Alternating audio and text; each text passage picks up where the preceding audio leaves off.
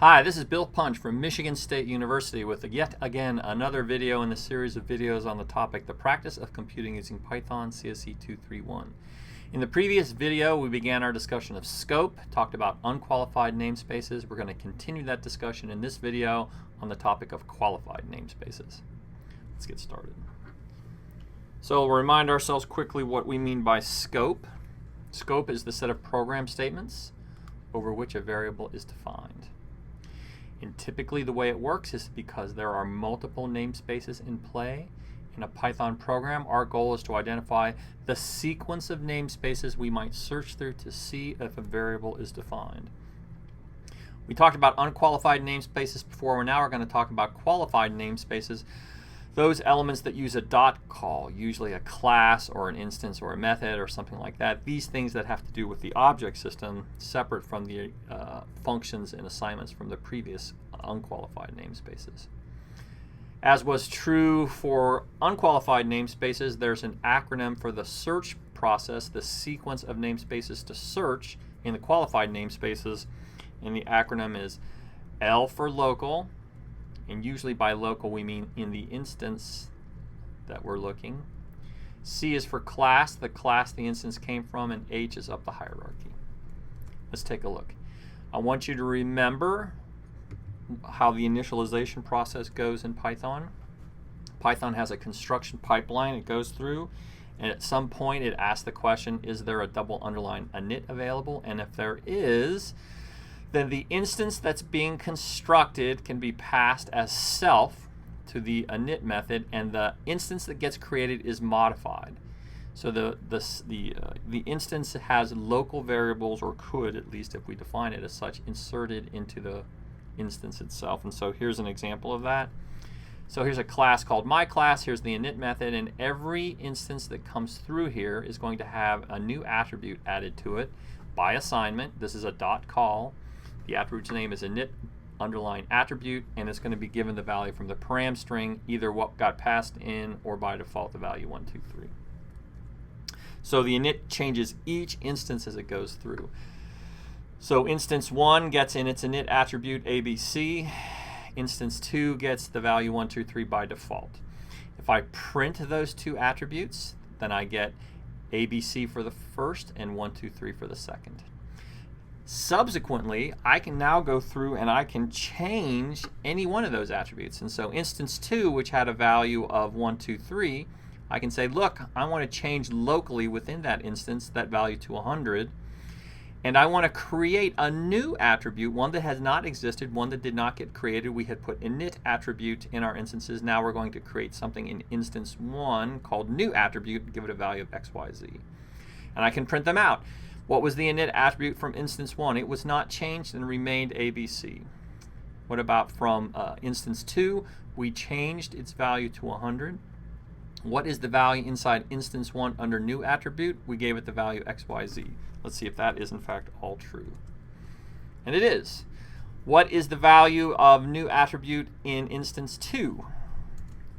It does not exist.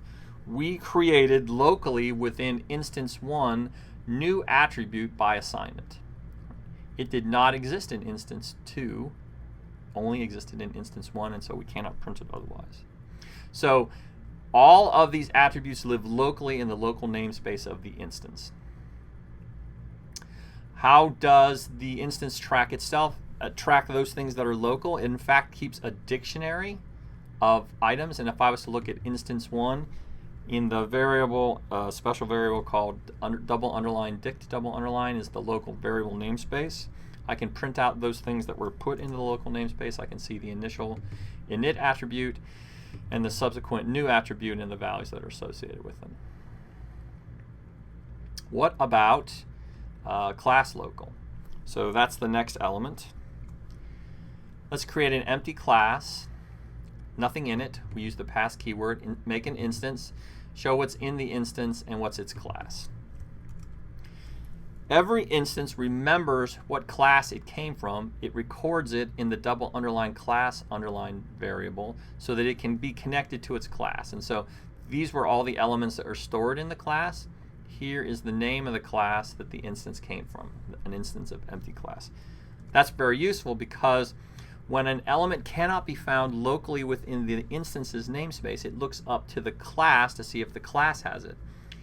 Because every instance remembers its class in the double underline class double underline variable, it can look into the class to see if something's defined. We haven't talked about class variables, but here's a class definition, and here's an assignment of an attribute, I'll call it the class attribute, inside the class.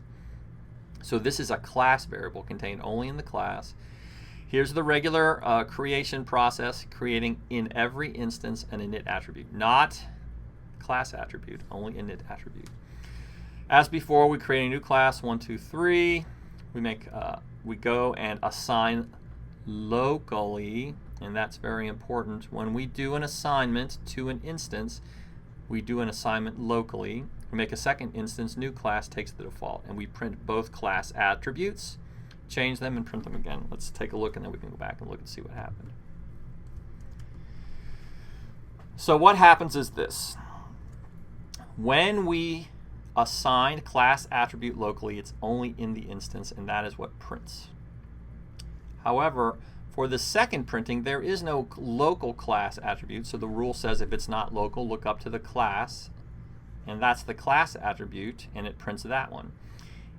If I go to the class itself, new class, under the idea class attribute, which I just made, and said I changed it, when I print instance 1 value class attribute, it was local and nothing changed. But when I print instance 2, it's not local, it looks up the class hierarchy, the attribute was changed, it prints changed it. You can think of class attributes as a kind of global repository for values for all instances, and in fact that's the way methods are stored. It's a little tricky in that sense, but here's the thing to really remember. If you do an assignment locally, right, it first looks locally and overrides any movement up to the next namespace. If it's not available locally, it looks up to the class and prints that class method instead. H has to do with hierarchy, and I think I want to come back to that. When we do inheritance, the hierarchical values would be more important, but it's a little hard to get that thing there. And then without really going through a lot of details, just like before, even for qualified namespaces, if it's not local, if it's not in the class, if it's not up the hierarchy, it's going to be in the built-ins. The built-ins are always going to be the end of every one of these namespace searches because we need to be able to make sure that we can find the Python names when we need them.